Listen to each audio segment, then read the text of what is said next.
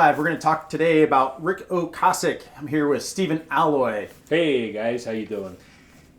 We've got 10 questions we want to ask. What we're going to do today is we're going to use the Socratic method and try to get to the truth of what are some of the essences of what are those questions if we were to interview Rick today that we'd really want answered that he wasn't asked, or when they were in interviews they weren't able to dig down and figure out and get an answer from him. So that's what we kind of want to dig in. And really, this is an album review and just having fun and just trying to explore Ric Ocasek and coming up with 10 questions you would want to ask him if you got a chance to ever run into him in the afterlife. You may have missed your chance, at least in this life, but and if you've seen our earlier discussions of the Rolling Stones or the Doors, we did a couple albums for each of them. You know that the questions are it's more what you might call essay questions. It's more discussion points. It's not an easily definable question in a lot of cases. Sometimes it's a topic for discussion, which it always makes it interesting. Yes, that's why it's always nice having a lawyer, because you set the rules and the lawyer figures out a way around the 10 question. Mm-hmm. And that is kind of our role here. Chris basically sets the rules, and then I find a way around the rules. Yes. So, and then he sets new ones, and I find a way around those. So that's kind of how this works. So, hope you enjoy it. This is, I gotta tell you, as I have said, I think on every one that we've done, every album we've talked about, I've always enjoyed this album. This has been one of my favorite albums. I really had fun just putting it on the turntable and listening to it straight through. Mm-hmm. Often you get on Spotify or I get on Apple Music and you play one or two songs, but it's something different when you put it on the album and you just listen to it straight through. And really, they're first, let me get a shout out to the Night Spot podcast. They're the Cars podcast. They do everything about the Cars podcast. And I was listening to them. I think they hit it right on the head. Mm-hmm. This is their greatest hit album, because I listened to sort of is, and this music is these songs are so iconic today. Mm-hmm. I don't remember it. I mean, I remember parts of 1978, I suppose, but I don't remember necessarily this. I don't remember the Cars but going back and listening to it now, after they're in movies, they're in the soundtracks of these major Hollywood films. These songs appear a lot of places. I'm a little bit older. I do remember 1978, and I remember the Cars. In fact, one of the reasons I was here in 1978. I was at Loyola Law School in 1978. I vividly remember this album. Remember the Cars. Remember the whole. And we'll talk more about their role in the kind of new wave or post-punk, punk, whatever you want to call it, movement, musical movement of that time period. But I also remember this because I love the album cover. I've always loved this album cover. Maybe because around this same time I had a brief girlfriend who vaguely looked like this. Was not the Russian model on the cover, but looked enough like that it I thought it was Candy O that you said. Well, no, I was a different girlfriend. I always wanted a girlfriend that looked like the Candy O cover. Oh, okay. I never quite got there, but this one. So your girlfriends just happen to look like. I have a lot of rock and roll girlfriends. That look like when started off the debut album and then went. Went out with Rod Stewart. Went out with Maggie May for a long time, and they all look like various rockers of one sort or another, and. But this one, actually, take her out of a 50s Chrysler or whatever car that is, and take a little bit of the red lipstick off, and it's pretty close. Yeah, so. I always wonder when you look at the steering wheel, what's going on. I guess it's a fancy steering wheel. I guess in '78 you had. I mean, today all the steering wheels, because I guess you have the airbags, not quite as fancy. Is it just? It looks like it's a clear acrylic. I think it's it looks like, even like in '78, I don't think steering wheels basically looked like that. I think this is probably an older car. It's probably meant to be like a classic car. What would have been a classic car in 1978, probably a 50s car or something. And it might even be not the real steering wheel that was in that 50s Buick or Chrysler. Oh no, I'm sure it's a studio shot. Yeah, it's an Elektra Records created. Steering wheel. The photographer is not climbing on the hood of a car and taking a picture. Yeah. Yeah, it is. It's cool though. Like, is she about to? And this was nobody knows what she's doing, but I think for the Cars debut album, it's definitely an iconic cover that grabs your attention. It is, and you can it's almost like they're doing that old 50s game of blindfold driving, and which I don't try this at home or on the roads for that matter, but what it's game almost is this? like what she you cover your eyes and you drive. I don't know this. Oh well.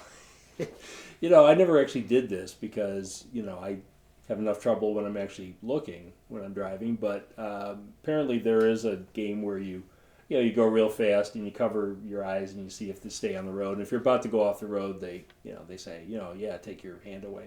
So it's almost like what she's doing there. Maybe, I don't know, but there could be a lot of things that she's doing. Like with Tesla, I could kind of see that. Interesting. Well, it takes with the smart cars, it really takes the whole game away because of course you're gonna you could fall asleep for a couple hours. Yeah, I mean, this is why the fatality rate in 1950s and 60s it was like every third time you go drive your car. There's no risk there. Well, I guess there is. The thing could fail, I suppose. There's a difference between. I always had a problem with risk and stupidity. Yeah, like something can be risky. And then some things you do are just stupid. Yeah. And so driving a car is risky. Right. But then there's just. That's perhaps one of the reasons I've never actually done this live because I thought I'm willing. Risky is one thing. But I wasn't. This kind of crossed the stupid line for me. I kind of never did that, but I've heard of it. Though. Driving blind. Yes. Yeah, it's not so good. Not so good. Well, let's get started. Let's get started. First question. We want to ask. Well, I have one here, and this actually came from one of the interviews that I watched in preparation for today. We have a list of those interviews that are on YouTube. Mm-hmm. So if you want to go to the playlist on this channel, you can any interview I could find, I linked on that playlist. Mm-hmm. And this was an interview with Greg Hawkes, their keyboardist. And he was talking about contemporary musical acts, contemporary when they were starting in the late 70s, and ones that he thought they had a lot in common with, ones he didn't. He named a few that he thought they did not have a lot in common with, such as Bon Jovi, and I would agree. I don't see a lot of common ground between them and Bon Jovi. But then he said we had more in common with, and he named these groups: the Pretenders, the Police, Devo, and Talking Heads. And as I was watching that, I was thinking, okay, I get Devo. Devo was a little edgier, but some of the music was similar. I can see that. And whip it good. I get Talking Heads, kind of the artsy, edgy stuff. Okay, I get that. I'm struggling with the Pretenders and the Police. However, I don't know that I see a lot of commonality. Like the Police, I would argue the Police, the Synchronicity album, and the Ghost of the Machine. I think those two. Is it Ghost? I think Ghost of the Machine. Ghost of the Machine. Yeah. I see some. Really, it's simple lyrics. Mm-hmm. You've got you kind of have a new wave sound on those songs, and so I see some. I mean, in terms of, they weren't disco. The Police was definitely not a disco album. And it wasn't they weren't playing Grease. No, it wasn't the Grease sound, or it wasn't a '50s retrospective. Mm-hmm. So I could see the Police at the time would have been closer to what they were doing with the Cars. Maybe not. Maybe and they were. The Cars at that time were, really throughout their career were. Part of what might be called the new wave or the post-punk. They were kind of lumped in with a lot of groups that, again, they may not have had a lot in common with, but they were. I always saw them as more commercially acceptable and more on the pop end of the new wave, maybe than somebody like. Like even Talking Heads, for example, was similar to them, but maybe was a little further down from the pop side. And so your question for Rick would be what do you see as who did you see as your contemporaries? I guess I would ask Ric Ocasek, who, by the way, I spent 30 years pronouncing his name Ocasek, and one of these interviews he introduced himself and he said Ocasek, so I'm going to go with that. I figure he might know Yeah, and we got another interview where he says it different. Please let us know. Let us know as well, because I've seen it. Like I watched several of these interviews, and the interviewer always says Kasich. Yeah. But when he introduces himself, it's sort of a Ocasek. And he doesn't correct them. I mean, he just goes on with the interview. But this one, he literally introduced himself, and I'm going to assume he gave his right pronunciation for his name. But I digress.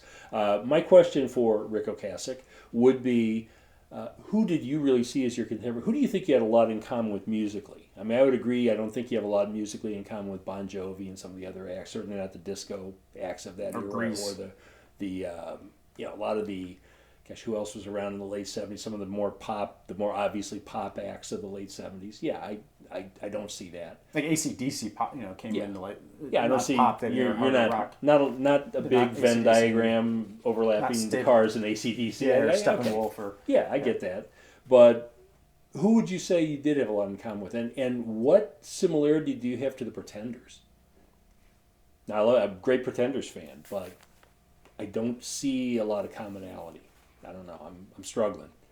He's working with me on the Police, and okay, there might be a little bit with the Police, but I just Pretenders. I'm really struggling with that one. So I don't know. That would be that'd be a good question. That'd be one of my questions. So something you mentioned here was the idea of them, like this had a very different sound, and a lot of it, I go back to technology. You have a synthesizer.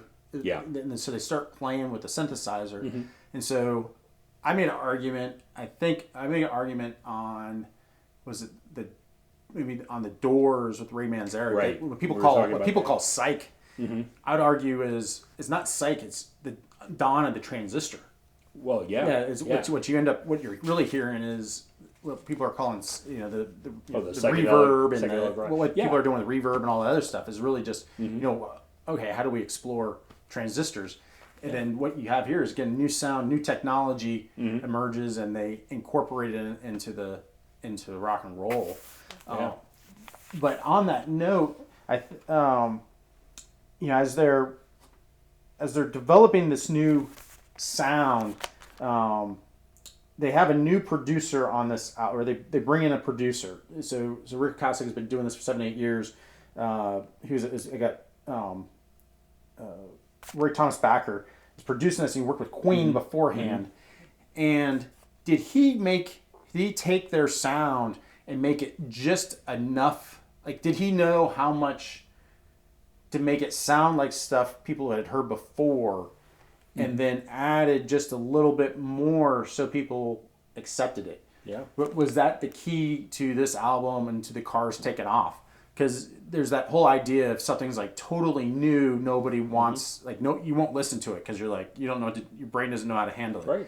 But if it's just a little bit new, you're like, oh, I recognize some of that, and I like this new part, and so now it's going to take off. And so how much? So if Rick, I'd like to ask, if he reflects, if he had, go back in a time machine and talk to him in 76, 78, when they're working through this album and they're working with that producer, did he recognize that they needed that? Like, what was that relationship with, as him as a songwriter? How did he feel having this producer that might have been pushing him towards, okay, you can't be so novel on your sound if we're going to be commercially successful? And did he enjoy that or not enjoy it? So it's a little bit multi-part question maybe, but just that whole idea of this sound being new and having this producer that had worked with, Queen was very big at this time. Very big. Oh yeah.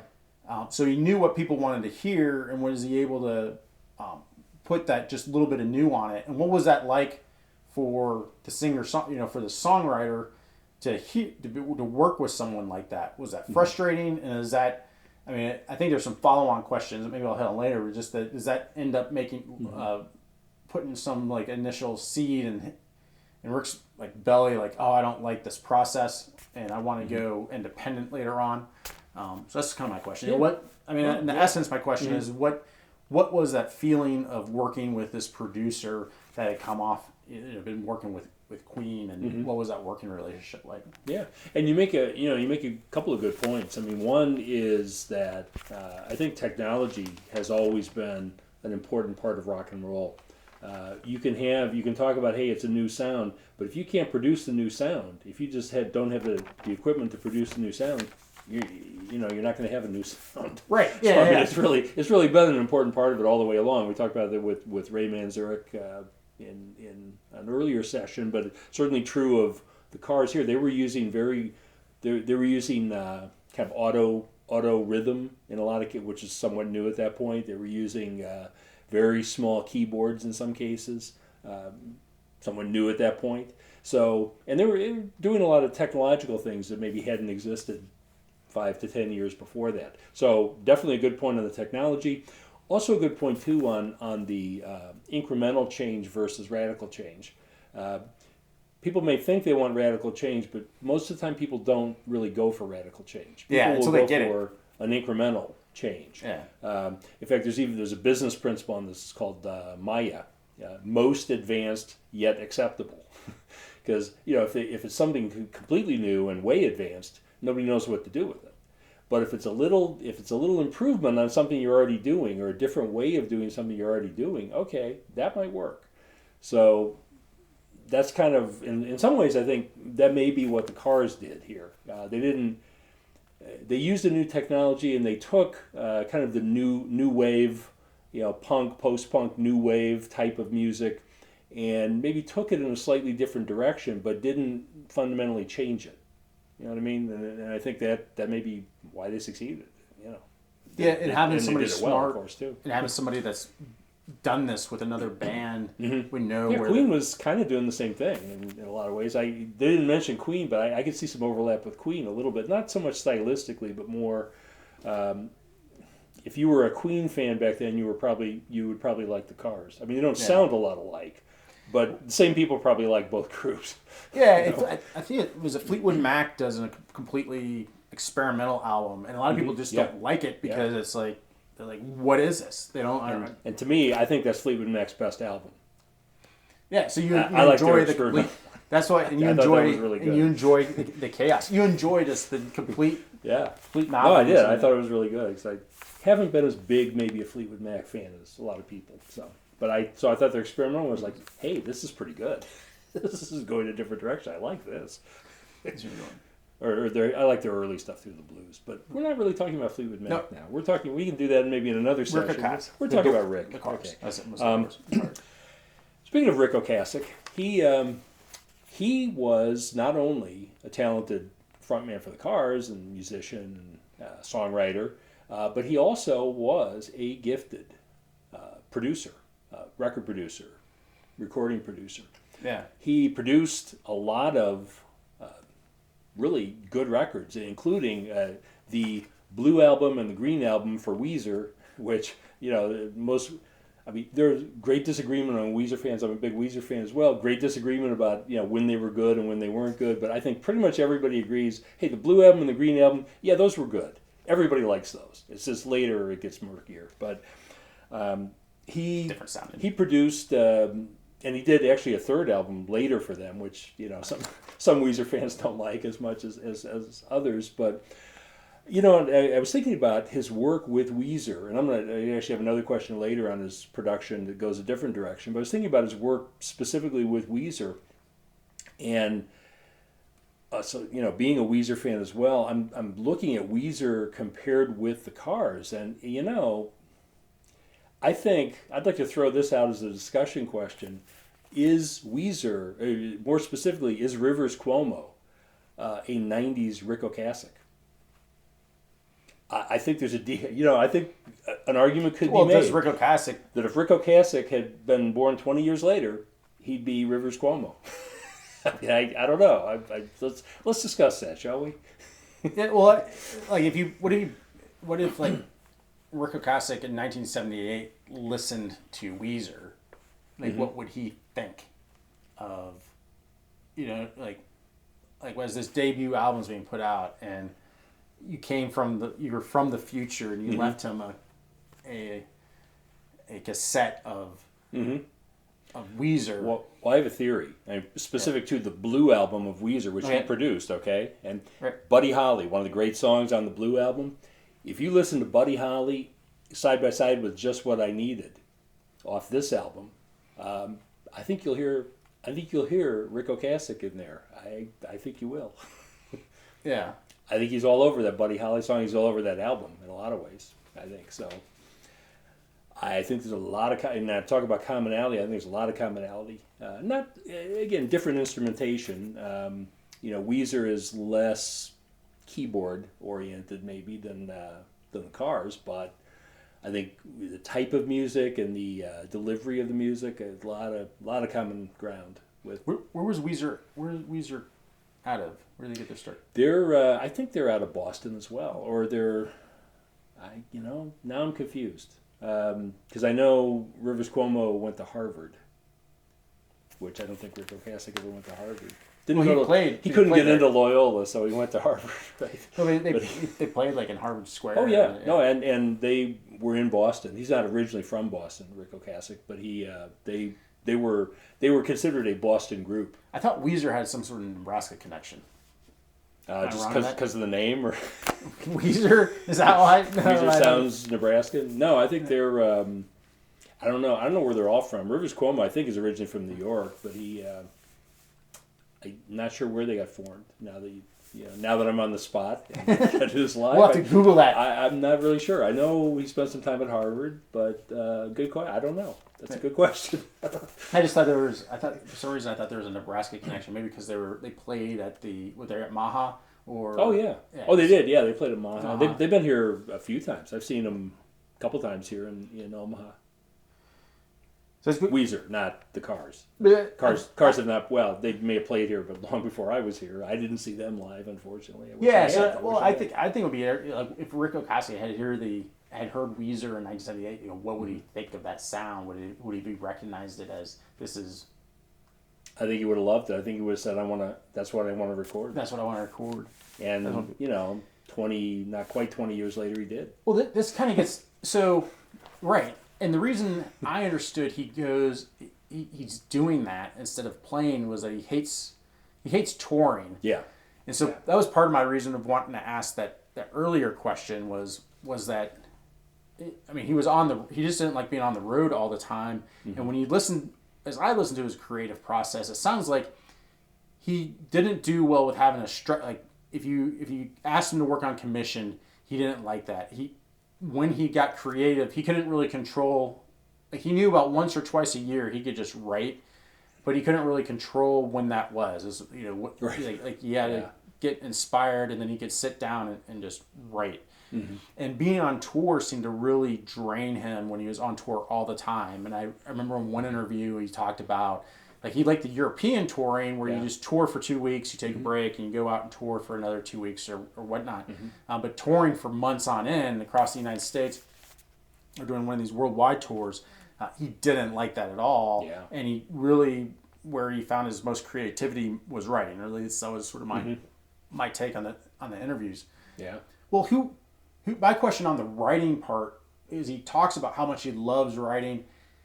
And he mentioned that he's not really an English major, or he mentioned that he didn't necessarily study it. But who did he study? Like who was his who did he read and want to write like? Like when did he read Hemingway and was like, oh yeah, I like these short, simple, but very powerful statements. Mm-hmm.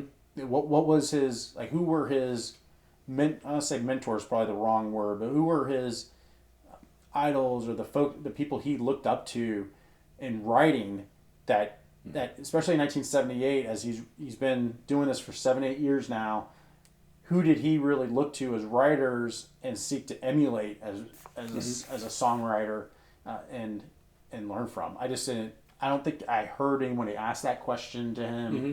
Or at least they kind of talked a little bit about how much he likes to song. I think a lot of people find it odd that he didn't like to tour, but I didn't hear anybody really ask him about what his writing. Yeah, talk about more about his writing. I mean, if he loves it so much, what who are his writing idols? Who are those authors and not necessarily the songwriters? Yeah, it could be in the musical. In the music, yeah. Well, and it's interesting too because he, the one that I can remember him mentioning in one of the interviews, and didn't really mention him as a mentor, but just mentioned somebody that also is a great performer, songwriter, and incidentally great music producer as well, Nick Lowe, who was right around this time was playing in groups, was doing solo work. He was somewhat big around this time as well. Primarily, a lot of his music was getting sung by people like Elvis Costello, which kind of made him more famous, perhaps than his own recordings in a lot of cases, at least in the U.S.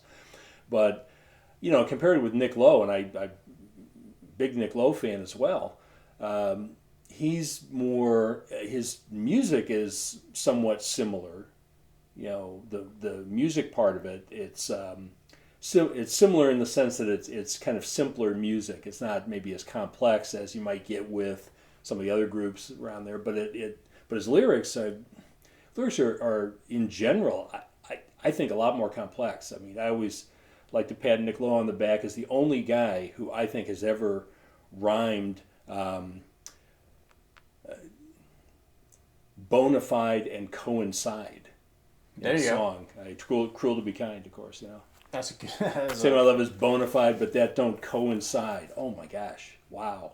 I mean, that's guy must have gone to Oxford or something to come up with that. That's hard. That's pretty good. And not that all his lyrics are like that, but his lyrics are a little more complicated than I think Ric Ocasek. And it's not an insult. It's just, I mean, it's simple. It's just simpler lyrics. I mean, nothing wrong with simple lyrics. Like Weezer's pretty simple lyrics. Yeah, well, Iggy Pop's got some amazing. Iggy Pop's pretty simple. Simple, but hey, you got to work really, really hard. Yeah, you got to the simpler, the harder you got to work on them. Yeah. Oh yeah. Like as you do it. So what? I think we're on question 5. Oh, we're on another question here. Well, we talked about his production. As long as we're, I mentioned that I had another question about his music production. And my other question is that some of the, we talked about the production he did for Weezer. And I see some of the, he really produced records for quite a few different groups. Ric Ocasek did. And some of them I can see the music similarities, such as Weezer, Suicide. Saw a lot of carryover from Cars in Suicide. In Romeo Void, saw a lot of carryover. Some of them, it's like this is the sort of thing the Cars never did. I mean, this is either hardcore punk or it's really kind of emerging pop or it's really specialty, such as No Doubt. I didn't see him as a producer of Christina Aguilera at any point. That was kind of a surprise to me. Black 47.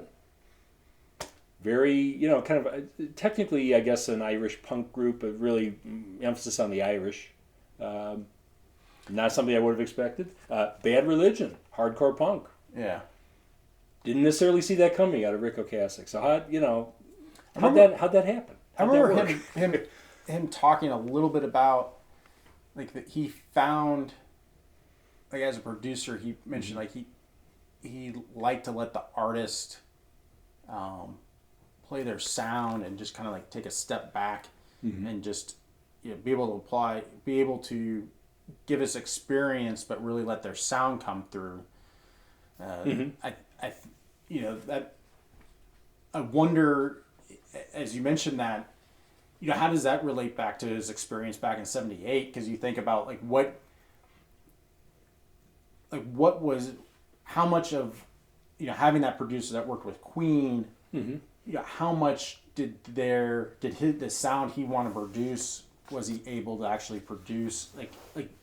Did he take the lesson the way he felt from '78? Now he's producing No Doubt. And he's like, all right, I need to let this artist have their voice, because when I was in the same position, I felt like I wouldn't have wanted somebody coming in and telling me how to do this. How to sound. And that kind of goes back to that earlier earlier question of, does that, how, like if you asked him in '78, how he was feeling on the production side, or how he felt as an artist, working with someone like that. Then how does that translate later on in life? Are those two things end up being connected, where he's like, okay, I'm going to produce because I don't want artists to go through this experience that we had, or was it the opposite, where he had such a good experience, great experience, and he's like, I'm going to do the same thing for you because I had I'm going to bring up these other bands. Guy helped me out, I'm going to help you out. Yeah. So what? Yeah, maybe, I don't know. Yeah, I don't think anyone's ever. I didn't really hear that question out there. Yeah. And like how, like his, he's very stoic in a lot of interviews, but you don't like I don't think I ever got like was it a positive experience? And now it seemed like when he was working with No Doubt and whatnot, he seemed to really enjoy it. Oh yeah, I think he really enjoyed production. Maybe more than a lot of the other stuff he did. I think he really was at heart a producer. Is that the dad that's a good dad because he was abused as a child, or is that the dad that's a good dad because his dad's a good dad? He had a great dad. Yeah, and so I think that's really that's kind of a good question. Good question, and if it was that he wanted to, I mean, for whatever reason, he wanted to let the artists pursue their own voice, then that really shows his versatility as a producer, his skill as a producer, I think, and his versatility. Because you think about a lot of producers of, to some extent, that era, but I'm thinking even a little earlier. Phil Spector comes to mind. I mean, you could hear any group that he produced, and within a few seconds, just say, "Yeah, that's Phil Spector." I mean, it's got this, whatever they sounded like, it sounds like Phil Spector. Not true of Ric Ocasek. So these groups sound wildly different. Some sound very similar to the Cars that we mentioned, but most really don't sound like the Cars. So it's really a testament to his versatility as a producer, I would say. Yeah, that's a good question. This one, so this your question was on how much, like, I think part of your question there has the essence of how much of was Ric Ocasek like thinking through these things, or how much did it just happen serendipitously? Right. So on the debut album, the first 3 songs, and the Night Spots podcast caught this, they're 3 minutes 44 seconds. 3 songs are all 3 minutes 44 seconds. Is there some now? This I got to put my conspiracy hat on here. Wow. Is there some sort of was that design? Was that methodical? It's going to be 3 minutes 44 seconds. I mean, if you add 4 together, you get 8. You add 3 to that, you get 11, and then 11 together makes 2, and that's a perfect divider. Is that what? No, I got it. I'm gonna put my big conspiracy hat on here. You got 11, and you got 3 of them, so you got 33. It's a Masonic. See? 33rd degree Mason. 33rd degree Mason is how it is. Yeah. So that's the. So was there some rhyme or reason for it to be? I'm just making that up, by the way. It was 344. Believe that, but okay. Like if you go to the 344th page of some book, or it's Matthew 3.44. Like what's it could be something really simple, like they had kind of a music format, because those first 3 songs really kind of became some of their better known songs early on in their career. They kind of had a music format that they used for a lot of their songs, and it wound up being about the same length for every song, and so that could be why they're all the same. Now, 3 minutes, exactly 3 minutes and 44 seconds, 3 in a row. It's unusual, but it could just be that was their formulaic song at that time. Yeah. So they made longer ones later, of course. But still, I mean, when you think about the editing process and stuff, where we had a bad stream there for a minute, but I think we're back. Oh. But it cut it off at 3:44. See, we had a bad stream because I said something about the Masons, right? Okay. That is a little bit freaky. See, everything was fine till I said that. See? Yeah. And you went to and the Jesuits. So take your pick. It's the Masons or the Jesuits. Knights of Columbus, yeah. The Jesuits, run a lot of law schools. So, and there are a lot of Jesuit secrets that I know, of course, all the Jesuit secrets, but I can't tell you what those are because I don't, know them. Well, I mean, you think about like you have 3 songs at 3:44. That's unusual. That is unusual. unusual. That's not you don't see that very often. Yeah, what are name the 3 songs? I know one of them is Just What I Need. Well, it's Good Times. It's Good Times Roll. Good Times Roll. Okay. Yeah, Good Times Roll, My Best Friend's Girl, and Just What I Needed. And again, those were their 3 big hits. I'm thinking maybe it's something really simple, like they had a formula for like what this is going to be a hit song, and they just did it, and they put them all together on the. It's the inner sleeve. On the album, first 3 songs, because those were 3 huge hits for them. Yeah. Well, the whole album. I mean, that whole album ends up being. Oh, the album was a big hit. Yeah. I mean, those 3 really were there. Like this album was on those charts for 139 weeks. Yeah. It's in the music is in Hollywood movies. So and now you hear it in commercials. It's just so iconic. Yeah. So yeah, but so did 344? So was there a rhyme or reason to it? Was there some numerology? Did you have someone in the band that was like, this needs to be this long for good luck? I don't know. Or was it just happenstance? I mean, some things just happen because of happenstance. But like you said, I think there is, like, you don't see like if you go look at the Doors songs, you have an 8-minute song in the early, if you look at the early 60s and how long these songs are. So by this time, 78 people are starting to realize, okay, if you play it on the radio, it needs to be about this long. But, so that, but 3.5 minutes is about what you got. Yeah. Yeah, and so did that sort of drive it, and then all of a sudden you're now at 3, and then, like you said, okay, I'm going to edit these songs, and you end up just editing them all at 3:44. Yeah. So, okay, I'll kind of buy that. Well, and you're talking about their music being all kinds of places. I got to mention here, not only was there music in movies and various other commercials in various places, covered by groups like Nirvana. Nirvana covered My Best Friend's Girl. I actually did a pretty good cover of it.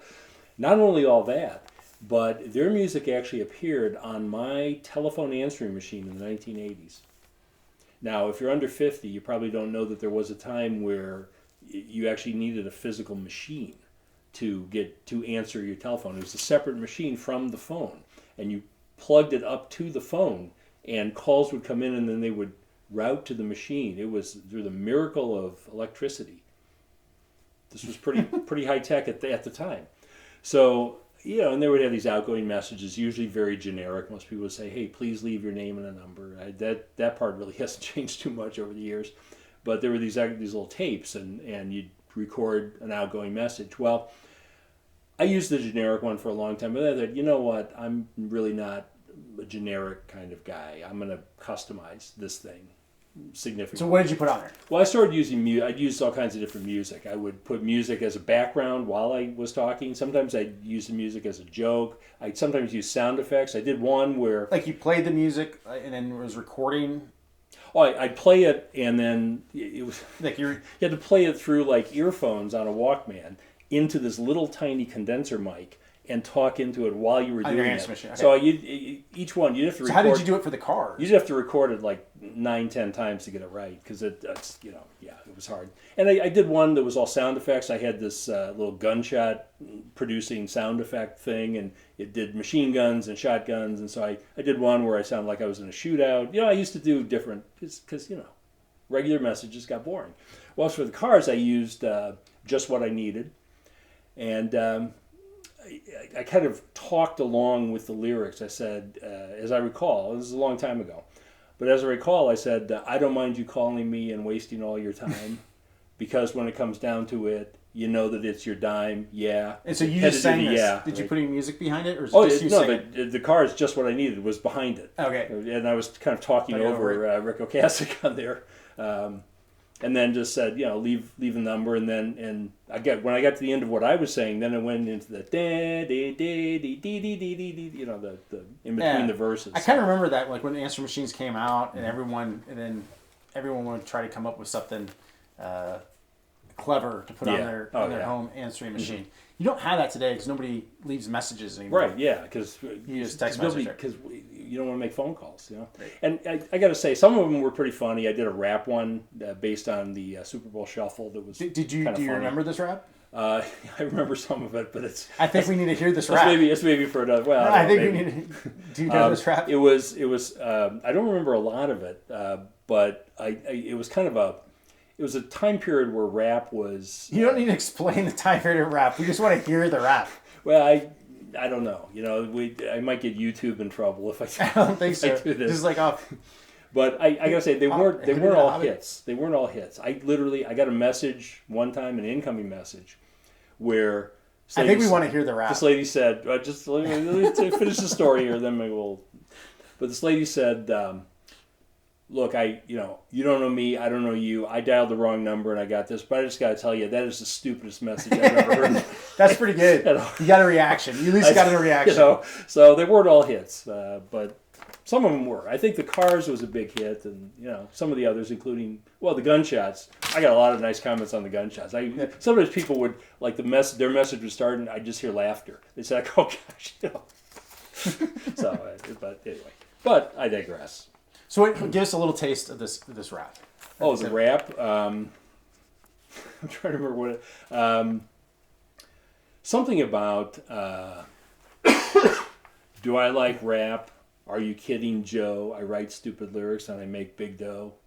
There we go. You gotta be on one. You can be on the rap battle. And something about rap is great. You can be sexy and still be 80 pounds overweight. There's a time where most of the rap artists were pretty heavy at that. This is all completely changed. I'm talking probably mid to late 80s. So, talking to you, Snoop Dogg. You're talking to you, Steve Alloy. Throwing it down. You look back at some of the rap artists. Mid to late 80s, and they were a little heavier maybe than some of the rap artists today. Like Run DMC. Yeah. Okay. Right. Yeah. So nothing against rap, but it was one of the funnier ones, I thought, and it got some good reactions. There we go. I mean, there's a whole art lost of answering machine. There is. Because you can't do that with texting. What's the equivalent? There is no equivalent. You can just have a weird profile, maybe, which. Some would say I do. Well, is the dick pic the current version of of that? Like, oh, you're trying to be shocking. Wow. Okay, you've done it. It's shocking. It's hard to do an audio dick pic too. No, but I'm saying like really a text messaging. That would be like with a photo. With a photo. Say the audio dick. What would the audio dick pic? Maybe the zipper, rap. Maybe the zipper. No, I'm saying the rap was like people are expecting to leave a message, and all of a sudden they're exposed to. Oh yeah, they suddenly get rapped. They suddenly get you rapping, and it was like, what? That's what the lady's reaction was, right? That was the stupidest thing ever. I mean, at first people said, hey, you don't need music, but I did that for several years, and then I just kind of dropped it. And literally, this friend of mine called one day and left a message saying, "Hey, what? No gunshots, no music, no That's right. No rhymes. What is this? I call you for entertainment, dude. I mean, I don't want to talk to you. Click." That's exactly. That's like your friend that's been sending you just god awful texts forever. Then all of a sudden you stop receiving them. And you're like, part of you's glad that you haven't received today's message or whatever, but then part of you's like, I wonder if they're sick. Mm-hmm. Like something happened. That's probably they're wondering. That's like. And I think I'm pretty sure the statute of limitations has really run on any copyright infringement that I might have done. Plus, it was for comedic purposes only, and I did do a. You modified. I modified it significantly. Well, and I didn't use the entire. I used a small excerpt, and I used the entire piece. So I think, while I'm not a patent copyright attorney, I think I'm okay. Well, I think back on topic. I think I'm trying to I think I was on question 6. I don't think I was on question 5 because you started with question 1, so I've been on question 6. So I think we're on question 7. Okay. Oh, so it's my question again? Yeah. Oh, yes. I think I had that one. Okay. 344. Conspiracy theory. Mine was the conspiracy theory on 344. Oh, okay. That's right. That led to all this the answering machine thing. Which I think maybe I should get credit for a question for that. But I digress. Maybe later you can credit me if I don't have enough You get questions. A point. You'll get a bonus point. But first we have to get to 10. Another of my questions. Well, no. If we get to 10, I don't need a bonus point. Then if we get to 9, I'd say, hey, I want that bonus point. I'm sure not what the question was. Now I want the 10. And you only gave us a little bit of hip hop, so I feel like you're hesitant to sing the hip hop song. So I'm thinking that way. I don't really do hip hop that well. I didn't really in the message either. I kind of talked it. That's a good question, Seth. But I do have a question. And it's one of those alternative history what if questions that I love to throw out.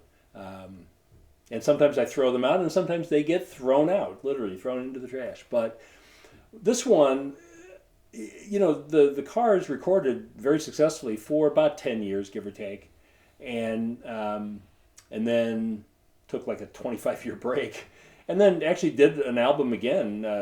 Ben Orr had unfortunately died by the time they did their later album, but the rest of the surviving four did an album, in 2011 or something like that. So, I mean, not too long ago. But this alternative history question, what if you guys had just kept recording? Like the Rolling Stones, there aren't a ton of groups that have recorded for 25 years, but like the Rolling Stones, let's use them as an example. They've been recording together with a lot of the same personnel. They've had a few changes, but mostly the same personnel for 55 years. I mean, what if you guys had kept recording those 25 years that you didn't?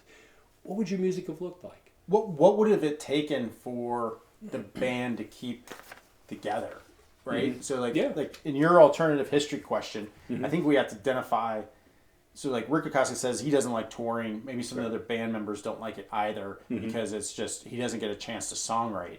So you'd have to if you go back to 78 and then on, what would have had to change? Like, if you change their touring schedule? Like, how do you enter that universe? Is my I wonder. I wonder what would have had to change. It might all if come they back were in to Europe. Touring. Yeah, it might all come back to touring because they still got along. They didn't break up because they were, they hated each other or because one of them married Yoko or whatever. Right. Reasons different groups break up, but. If they were still in touch. They worked on each other's solo albums. I mean, they were still kind of, friends and working together. So I think it probably did come down to touring. They just scaled back the touring schedule. Did not like the tour. What if you had a better bus? Like, what if you know what I mean? What if the buses were just I don't know if it was the bus really was the way I didn't like touring, but a better bus would help.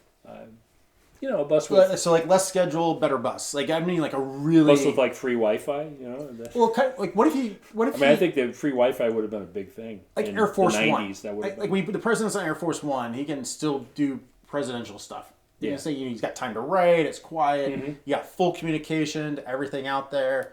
I mean, if the Doors had Air Force One... And what does he do? He gets on Twitter, You do anything in the world you want to do, and he gets on Twitter. Yes, that is true. But I digress. You can check out Steve Alloy's Facebook page. Please do. For all those types of questions. So what would it have taken if the Cars had Air Force One or a lower touring schedule? How do you enter that universe where they're around for 25 years? Well, and if Ric Ocasek had Air Force One, would we have invaded Iraq? Probably not. See, my question isn't if he was president. It was just how would he have Air Force One if he's not president? I'm just saying he had an aircraft similar to Air Force One. So like Air Force 1.1. I mean, there's more than one Air Force One, right? You got Air Force 2 that other schmuck rides around in. There's multiple aircraft. They just become Air Force One with the president's on it. I see what you mean. Yeah. So like if he had that aircraft and they could, they have all the comm capabilities. It's quiet when he's up there. Effectively you can live at home. Like they had a giant blimp, like the Zeppelins. So maybe in this universe, the Zeppelin's still around, and they have these giant Zeppelins that you can live in and travel across the country. Would the Doors be able to that way? The cars, the cars. Yeah. Would the cars be the car doors? Right? It's like a car. The car. They're doors. all linked together. Would they be able to? Does that give you lower touring schedule and now you're with family because they're living with you in your Zeppelin? Yeah. Well, maybe because he did mention the touring. He got divorced and the touring kind of ran him through one family. So right, and that was one of those really why he didn't like the tour. But maybe if he had the entire family on a Zeppelin, you know what? I bet if he had the entire family on a Zeppelin and the other members, I mean, how do you? Well, they'd have their own Zeppelins, right? Because they'd have families. The place would be pretty crowded if everybody had their whole family on one Zeppelin. You'd need like 5 Zeppelins. I was thinking a big Zeppelin. I'm thinking that's what really? Oh, you'd I'm thinking like an ocean liner monster size Zeppelin. Wow. Well, and I think that could have happened, but 2 problems. Number 1, just 2 words: Lakehurst, New Jersey. That's 3 words, I guess. But the Hindenburg, so that there'd be that problem. But then number 2. I bet if they were all on a big blimp, that they would have stayed together, they would have kept recording, and we would never have invaded Iraq, but we would have sent blimps over. Why wouldn't we have? I mean, you're saying in this universe, so it really goes back to if Hindenburg didn't happen, which was partly they just needed to avoid the power lines, right? Right. And so if Hindenburg had power lines and compressed gas usually. Well, it was. I mean, it was really my understanding was even the hydrogen was just the cloth material caught on fire. But if you had prevented that, the cars may have stayed together. I think that's an interesting. Yeah. I think if the Hindenburg had not burned at Lakehurst, New Jersey in 1937, long before any of them were born, that the cars would have kept recording. And because you've been able to tour. Firm belief, yes. You've been able to tour on a more leisure schedule and have a travel mechanism that because allow you to be able to write. And here's why: because if the Hindenburg hadn't burned, people would have kept riding in those things, right? They wouldn't have suddenly. Well, they were going to be big. I mean, they were going to be shock. huge. One of these things blows up and kills dozens of people, and people don't want to ride in it all of a sudden. Oh, go figure, right? Yeah, but airplanes. But if that hadn't happened, they would have kept riding in them. Right, and they've gotten bigger and bigger. And they would have gotten bigger, and then they would have had one that would have fit all the families of the cars. So that's there you go. That's where I think the essence of the question takes. Right. As exactly. Or so it all comes down to trains. Lakehurst, New Jersey. Power lines in Lakehurst, New Jersey are why they didn't record. Wow. You seem skeptical. No. I'm really mad at New Jersey right now. Why you deprived us of 25 years of good music, Where they have stuck together. I think it's a good question. I think what would it have taken for them to stuck together? I think that's plausible. I think the Hindenburg accident may have been just what mode of transportation because both air travel in '78. I mean, air travel wasn't horrendous, but you're still isolated. If you're in a Greyhound bus, you can only get so big on the road. Locomotives you can get bigger, but effectively blimps are boats in the sky. And I bet when the Hindenburg burned in 1937, young Mr. Ocasek, Ric's dad, was sitting by the radio listening. Was probably 12 years old. Was sitting by the radio listening, saying, "Wow, now my son's going to have his rock and roll career cut short." I don't know if that would have happened. I'm pretty sure that happened. You think that. There's a little kid in Baltimore. He was in Baltimore. From Baltimore. You've had a premonition. If you think he has that premonition, then probably in the Inner Harbor. Then then I have to go back to the 344, and the 344 must mean something besides just being a random fact. 344 is the street address they had at Fells Point in Baltimore. I don't know if we have any Baltimore people watching, but you're just making this up now. No. You go there. You go to the Inner Harbor. You take a right. Fells Point's over the other side of the water, and you just go check it out. It's 344. A little plaque, Ric Ocasek's dad realized his son's rock and roll career was going to be cut short here in 1937 on this site. They got Babe Ruth's house. Is kind of the other way. I think we had a good track. Now you've taken it somewhere. No, I think we got a lot of monuments to Baltimore. Then there's the Star Spangled Banner. Fort McHenry. A lot of stuff to see. Visit Baltimore. It's maybe in this alternate place. I always like Baltimore. Let's go to question 8. Nice place. We talked a little bit there about Ben Orr. And you talked we mentioned. He's Ben Orr. He's not on that later album. Right. I was fascinated listening to Ric Ocasek on how when he talked about how he met him, because there's a question of like what was it that he liked about him, and he says, I liked his voice and it's very melodic. And he's a very good singer. Yeah. Yeah. And he said, when I heard him, I was like, man, that's a good singer. I like to work with him. And like 2 days later, they're in a band together, is the way the story goes. And really the most I heard Rick say was like, I liked his voice. It was melodic. And that's what I liked about Ben Orr. But was that it? I mean, was it just that there's other people, there are other singers in Boston with melodic voices, but you didn't end up working with them. Yeah, name two. Name two. I'm guessing name two Boston singers with melodic voices. From 1970. Because I'm thinking like Journey. Okay, all right. I'm thinking most of the Boston singers don't have really what most people call melodic voices. So you're thinking Journey. I'm thinking who else we got? Jay Giles. Wow. Jay Giles. Okay, there's a real melodic singer. Right? I'm just thinking like the indie the late band. Jay Giles. I'm sorry, but I was thinking on the indie band scene, like there'd be multiple singers. But you're saying it sounds like, it sounds like you're dissing Boston right now. It sounds like you're saying how many people are in Boston? About Boston. I don't know. It's 9 digits. Somewhere. I don't know. It's got a couple million people in Boston. My sister actually is not too far from Boston. We talked about my sister in the Doors one, remember? You're saying out of a million, let's just say Boston 1978 has 1 million people. Let's say. You're saying out of a million people in Boston, there's only one with a melodic voice. No, I'm saying there probably are more, but I'm betting that you can't name them. Well, no, I'll name some right now. I'm betting there are quite a few. There was Jim, there was John, there was Jane, Alice. That's a few. And Alice lived at 344 Adams Street. No. You watched. I'd say right around the Boston Common. But you don't think there was that many people with melodic voices out of Boston? That's what I think. That's what I was hearing. I think there are, but I think when you think of Boston, think of Boston rock and roll. I think you just need, like, if you don't think Boston can sing, I think you just need to put it out there. No, I think Boston can sing, but I'm thinking when you think of Boston rock and roll groups, it's not so much the singing that comes to mind. So you're saying now that Boston can't sing. I think you just need to put it out. No, I think it's more the attitude. It's more the rock. Like this, going back, the Standells, the Journey. It's more, more the energy, more the Jay Giles. Who else? Who else is big Boston? There are a bunch. There are quite a few. They came out of Boston. Quite a few groups, and they can sing. I'm not saying anything bad. I like Boston. Oh my gosh! Wow.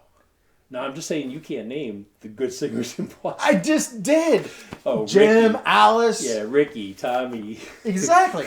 But, right. It's like did you do like what was it, Romper Room when you were a kid?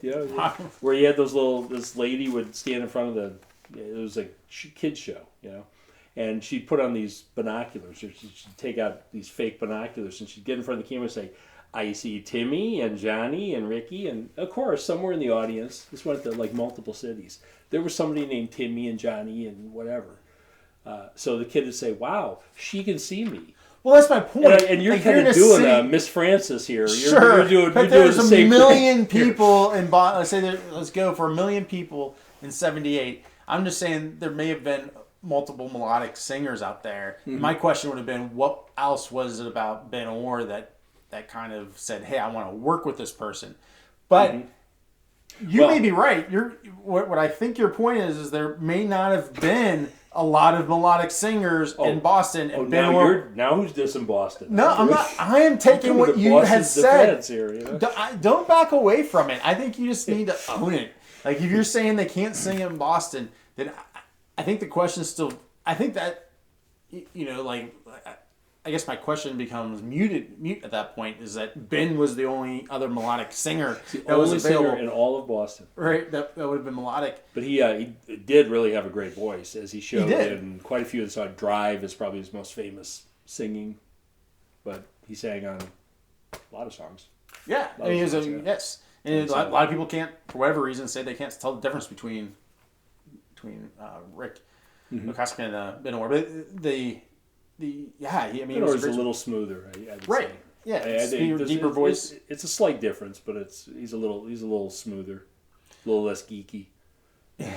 Rick a little geeky in the voice. Ben not so much geeky. But like, what else drew him to Ben? and so I may be off on this. Like if you're, because my assumption was that there have been multiple people with good voices that you got in there. So if that is a true assumption, then what else drew him to Ben Orr? Yeah.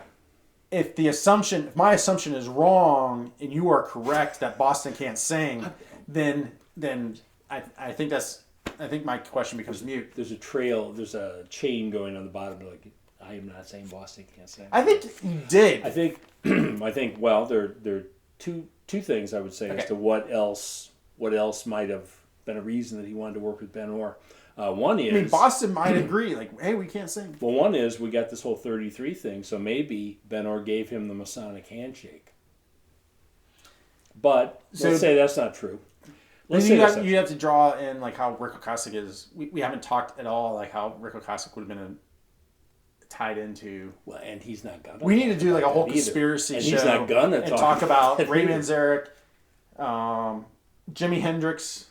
And if we're gonna talk conspiracies, we just need to do a conspiracy. show. Actually, there is a great book that I'll mention here in a minute that would be, if we want to do a conspiracy. But in this one in particular, on there is a great book. What drew Rick to Ben? It was really the essence of my question. Mm-hmm. And I would say the thing that drew him, not the handshake, with any singer, I really think it's part voice. I mean, obviously you have to have a good voice, but I think it's also presentation. And I think he probably saw Ben Orr had great presentation. And so he goes, hey, that's the singer. I mean, because... Like he's an attractive dude. He's like, this guy would be... I mean, you listen to rock and roll. I mean, you don't need to be, It's charismatic. The greatest singer in the world to sing rock and roll. I mean, some of the great rock singers aren't great singers, really. But they are great presenters. Showmen. Great, yeah, they present well. They're what... Frank Sinatra one time referred to them as entertainment singers. He said, they asked him who his favorite singer was. So, do you mean voice or entertainment? It's a different answer, I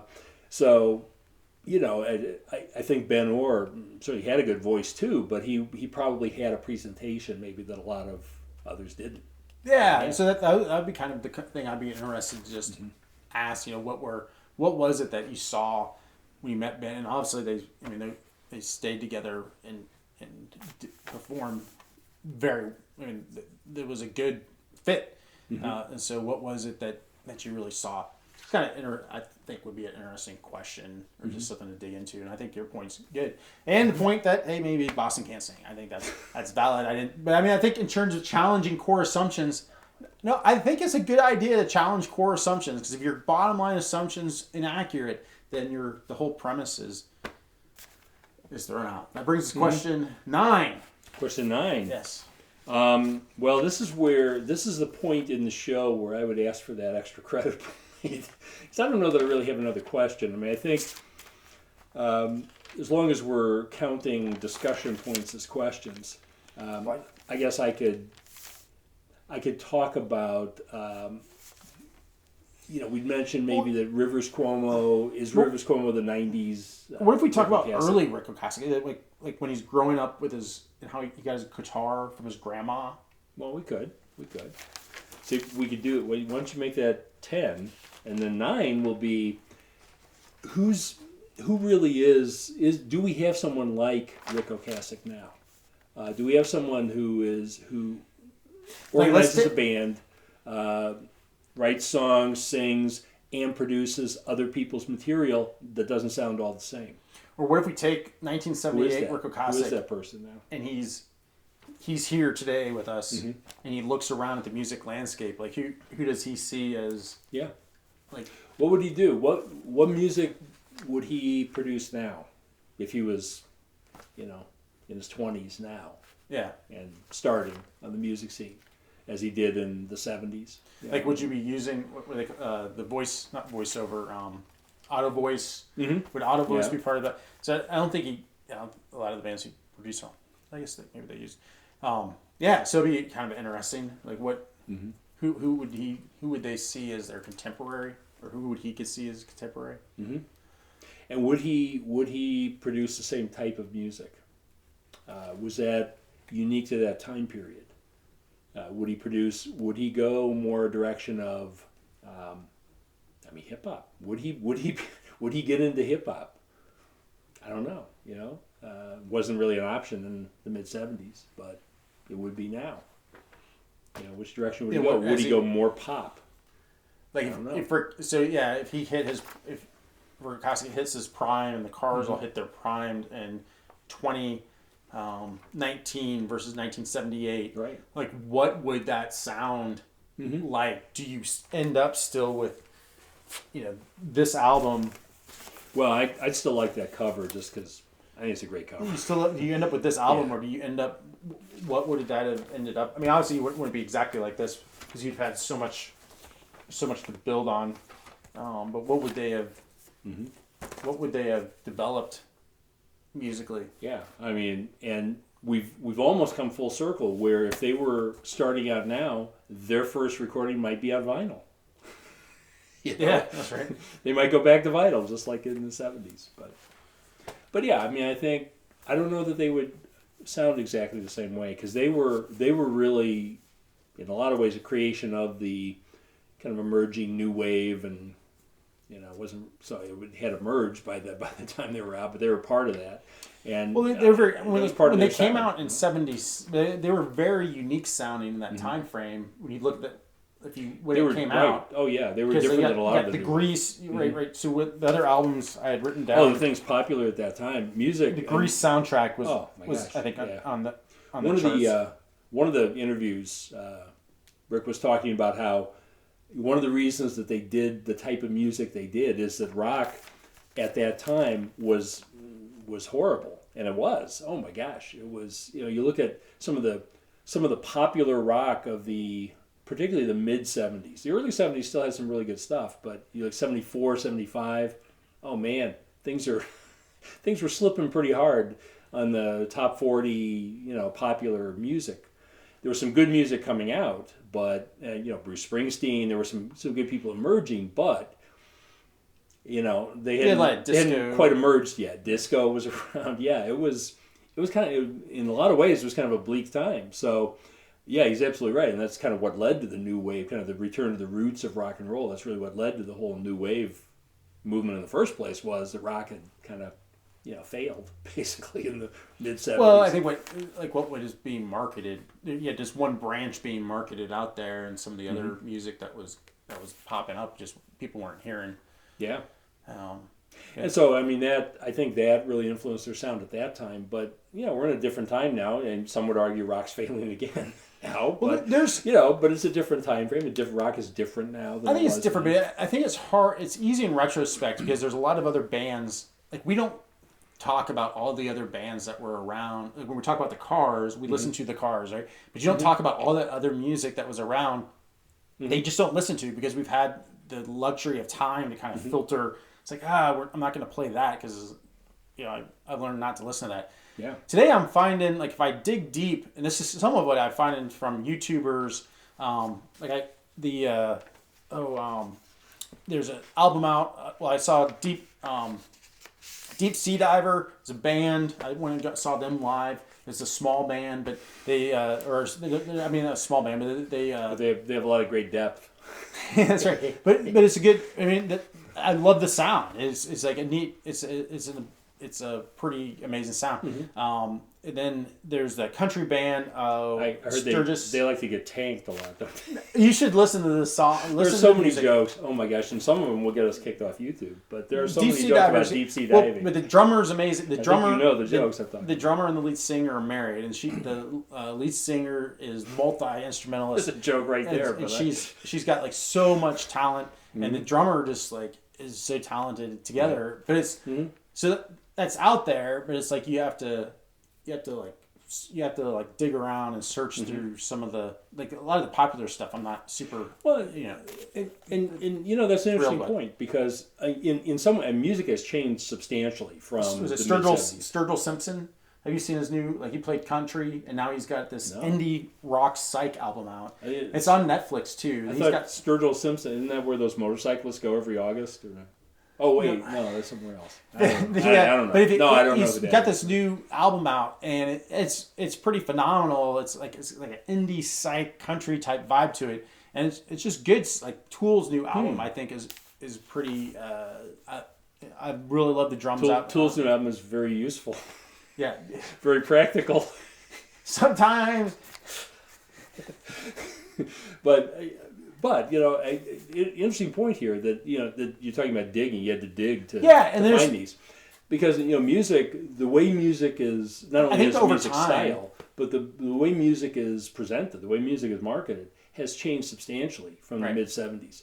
Mid '70s. The bad news was, you had to run through kind of the record companies, the managers, the big shots. And they were the filters. They controlled all access to anything. And, most groups couldn't get a hearing. Well, now, but the groups that got a hearing, everybody heard. Because everybody listens, there were only a handful of rock stations. Everybody, well, more than a handful maybe, but, every city only had maybe one or two that really played good rock. So, people basically heard what was out there. Now, there are a ton of ways you can listen. You don't even probably need a radio anymore. You can just do it on Spotify or YouTube, a lot of rock groups. Access is so much easier. I mean, yes, it does always help if you've got a major record label. Yeah. But you don't necessarily need a major record label. You can, there are musicians that do pretty well with just Spotify and YouTube and some of the streaming, and Apple Music, some of the streaming services. But the problem with that is they don't have the marketing that the major studios or the major record labels have that these artists had in the 70s. Yeah. So you may never hear a lot of these people unless word of mouth. Word of mouth is... Well, it's like if you're tied to a major studio still, and it comes out, they're putting out the next Marvel movie, and then, oh, by the way, this album, they got a picture of Spider-Man on the album or whatever. Yeah. You got this major marketing effort that goes with the... with that artist. Anymore, that's an important way that artists get out there to a mass audience, is they get some of their music in a movie or a TV show. If they can even get a few seconds of the closing credits of a TV show, it's like, hey, who was that? That was pretty good. That's a way to get heard. I think where I was going was the idea that I think there's some amazing music being produced today, but you have to you have to look for it. Like you can't. Yeah. It's not coming unto you. And I think with something like the Cars, if you grew up with it, you remembered, oh, I like this music, and over time, maybe even you're like, wow, this is just so amazing, and you remember them, but you forget about all the other music that was around them that was like maybe not as good, and so time helped be a good filter. I think there's some great music out today. It'd be interesting just to have, would the Cars be major marketing, or would it end up like on a YouTube channel or SoundCloud, and there's like a core group of followers, but struggling to find a mass market. I was just remembering. We're down to, I think you have one more question, maybe. Yeah, we're coming up question 10. Last one. I was just remembering we have a poll question that we haven't talked about. Should we talk about the poll question? We can. If you're watching this video, I think our poll question was, what is your your favorite Cars album? Including this one, of course, the eponymous debut album, which they actually joked. They were saying we should really call this the Cars' greatest hits, and some people still think of it as that because it does have a lot of their major hits on it. But it's really their first album, as you can see here. There were the other choices were Candy-O. I think is the next album, which we have to have a cover of Candy-O. Now I never had a girlfriend that looked like Candy-O, but I think you did, Chris. I always wanted a girlfriend that looked like Candy-O, but I had to settle for the blind driver here. But there's Candy-O. Then there was Heartbeat City. Am I doing this in the right chronological order? I mean, Heartbeat City. And if there's one we didn't put. And then there was we said Door to Door, and one of the others. Because we only had, and then we have YouTube other. only. I think we only 5. We have those 4 and then other. So if you like one of the others, frankly, most of you are going to like one of those 4 probably. But if you like one of the others, you pick the other. Yeah. Like Greatest Hits would be other, or their 2011 album other. Okay, go with those, right? Yeah, I think this goes back. I think the last question I would want to talk about is, I alluded to it, was Rick got his first guitar from his grandmother, and he talks about he fairly early on wants to be. He knows. I think he said by the time I was 16, I decided I want to go and have a music career. I knew that. I didn't know what I was going to do in music, but I wanted to have a music career. And he's playing guitar when with his this guitar that his grandmother gave him when he was 12. I didn't see a lot of information, or I didn't see a lot of background on what else influenced him in that time frame of that really push him into music. Like he's listening to bands. I get that. Was there a teacher? Was there? He's playing with his friends and peers. But what else like really that he saw? Like man, was there like when we talked about Angus Young, he talks about listening to Chuck Berry and how seeing Chuck Berry on Armed Forces Radio down in Australia. He's watching Chuck Berry, and that was like such a huge influence for him. And we talked about Ray Manzarek. We talked about his parents, Polish children of Polish immigrants, but they loved blues. They were in Maxwell Street, Chicago, and they loved blues. And so he had these jazz and blues records at home. I want to do this. I want to do what they're doing. Yeah. Oh, and Steppenwolf. John Kay. Yeah, from Steppenwolf, he's the one that listened to it on Armed Forces Radio, and he was an Army brat kid, wasn't he? He's in East. His dad is actually in is in the German in World War II. His dad they're fighting for the Germans, and then his dad gets killed. He has trouble with his eyesight. He moves to. His mom gets him up to Berlin, and then eventually over to western part of Berlin, so he gets better eye treatment. But part of this whole process is that he hears rock and roll on the radio, and then he moves to Canada. The family moves over to Canada where he gets to explore it more. But his love of music comes tied to this idea of freedom in a way that kind of just like hooks him in to this is why I want to play music. And so you have sort of this underlying core value or this underlying thing that he associates music with. It's kind of what I would want to be interested in. Rick talks about, my grandmother gave me this guitar, and I discovered fairly early on what the thing I want to do is music. But I don't think I really heard what it was at the core level that music did for him. Like if John Kay's thing was music to me was about freedom. And rock and roll is a long history of being about freedom. Right. But it's by not an accident that it's America's music. I just got to tell you, it's all about that. Yeah, but by 78, really is, you think we've pulled out of Vietnam. You have all this political. If you think about the 7 years prior to that, I guess he would have still been young as Watergate would have happened. But you had the 60s, which is the ramp up to Vietnam. So he had sort of Rick would have had a different perspective on what was going on in the U.S. at that time. Right. What did that music he was listening to in the 60s and 70s bring to him at the core level? That's like, man, this is what I want to go do. This is what I want to. Was it? Like for some singers, like Angus watching Chuck, like Angus was very poor in England. They talk about they moved from England to Australia to get out of the cold, and the parents made him play guitar over and over again. Got down there and they found out they have winter in Australia too. So. Yeah, but not quite as cold as Great Britain. And so, but it was a way out of like part of it is like he loves touring because it's like anything is better than working in the factory. What was it? No, that's probably true. Right? And so, anything. There's a lot to be said for that, yeah. And so you kind of have this core thing that all right, this is what's driving this person. What is driving Ric Ocasek? I never got, I don't think I've heard that necessarily out of an interview it's so far, and maybe the Night podcast folks would have gotten that. Yeah, they could probably add to that. And too, I mean, it almost, some of the other things he said, and I don't really have an answer to what his influence would have been or what he saw, what his ideal maybe was. Yeah. But the fact that he did say in an interview that, hey, one of the reasons that they came out with this sound is that rock was not so good in the mid 70s. That almost implies that he knew a better. What was the better? You know, it's like, how do you know this isn't good?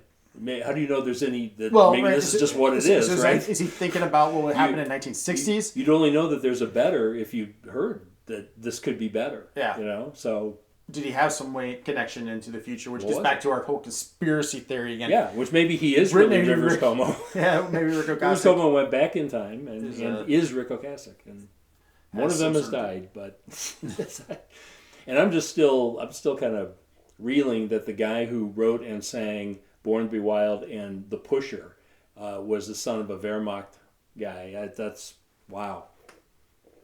Didn't carry the political beliefs over, perhaps. No, he was a first sergeant in the. He was like a first sergeant equivalent, and so his mom was like he had very bad eyesight, so so it was his perspective was probably different. But John Kay, we did that whole. You should check out our John Kay podcast. Yeah. Actually, I wasn't on that, but I remember you did a John Kay. See, if I was on that, I would have known about the Wehrmacht and the whole. John Kay is fascinating character, but you get down. I think when you have a story like that, the core value pops out fairly. It's one of the first questions you get, or as you go in these interviews, like that, because of the extreme circumstance, you get to this core value that underlies it. I don't know for Ric Ocasek. I heard that. Like, what is that core value that drove him? Yeah. Even like if he loves songwriting, what was that underlying core thing that really drove him to love it? Like, I got it. You like it, but why do you like it? What is that core motivation that got you there? And he always in most of the interviews and really even the kind of the persona that you see in the group. Seems not like he's not troubled. He's not an angry young man. He's seems like he's pretty adjusted, pretty put together. Not necessarily not jump up and down happy, but not really unhappy. And had a long happy marriage bipolar. Apparently. Yeah. And so I mean, what. So I don't think somebody. It's not like an obvious thing, or he was rebelling against society or whatever. But I don't think somebody can have the kind of career he had and not have some kind of motivation. Right. I mean, what was that? I don't think you accidentally have a 40-year musical career. You don't spend. I don't think that happens. It just falls on you. I think you got to. You got to have a pretty good motivation. And he's grinding it out for 8 years. Like, you're grinding it out for 8 years. You don't know if you're going to be successful. Yeah. Oh, yeah. Worked hard at it. And what keeps you going? Right. What was the vision? What was what was that core thing? I don't know. But he seemed pretty happy and seemed pretty normal, really, right? Really, for a rock star, he's one of the more normal guys that I think I've ever run across. As we've been doing this podcast, most of these rock stars, when you dig back into their, when you look into them, they seem very normal. Like, it's just they have this underlying motivation that kept them going, maybe doing their craft. I said the same thing with Ray Manzarek, right? This guy I'd hang with, and totally would have hung with Ray if we'd known each other back in the day, But yeah, I mean, like if you saw him in the grocery store, you're gonna be like these guys don't run around. See, if I had seen Ray Manzarek in the grocery store in, say, like the late '60s, I would have said, Ray, listen, I love your work with the Doors. Here's what I'd like to write a song with you. We're in a grocery store. I'd like to write a song with you called "Lost in the Supermarket," because I think in about 10 years there's going to be a group called The Clash that's going to want to buy that song. So let's write it now. Okay, because we are in a supermarket. Let's write it now. If we can time travel that way. See, then I would have had a 50-year musical career. That's right. But maybe not, because I would have moved back in time. And you might be doing a retrospective on me. Retrospective? The Steve Allery retrospective. Yeah. Well, that's it. Well, so I think that's the last question. That is the last question. What was the underlying motivation, besides just liking music, that motivated him to through his entire career to do the amazing things that he ended up doing? And the band itself is amazing. Like, all the different, it'd be fun to do this on a couple of different folks here in the cars. So if you liked this podcast, be sure to give us a thumbs up and smash that subscribe button. go ahead, and if you want to see the podcast, you can listen to it on Spotify. You can listen to it on iHeartRadio. You can listen to it on Apple Music. If you go to www.chocolaad.com, it has a list of all of those, and it has the podcasts out there that you can download and listen to whenever you want. If you want to see some of our other podcasts, be sure to click on this channel, and you can see we've got a whole there's a whole playlist, and you can listen to. I think we got probably about 12 hours right now recorded. Oh yeah, we do quite a bit. When you're planning that next RV trip across the country, you need 12 hours. And your kids need to stay quiet. It's like, hey, I got something you can We watch. will keep you entertained the entire time. So right. smash that subscribe button, look for this playlist, and we'll see you next time. Well, and he said if you like this, to subscribe. If you didn't like this, you're give probably... us a thumbs down. If you didn't like us... Leave us a comment. Well, if you didn't like it, you're probably not still here. But if you are still here and didn't like it, that little X right up there, just click it. No, just give us a thumbs down and put in the comments. Give us some feedback in the comments section. You can click the X too, but if you want to give us a thumbs down... And then click the little X and then right up there. And then you can type in lots of comments. It'll be fine. Yeah, cool. Thank you. See you next time.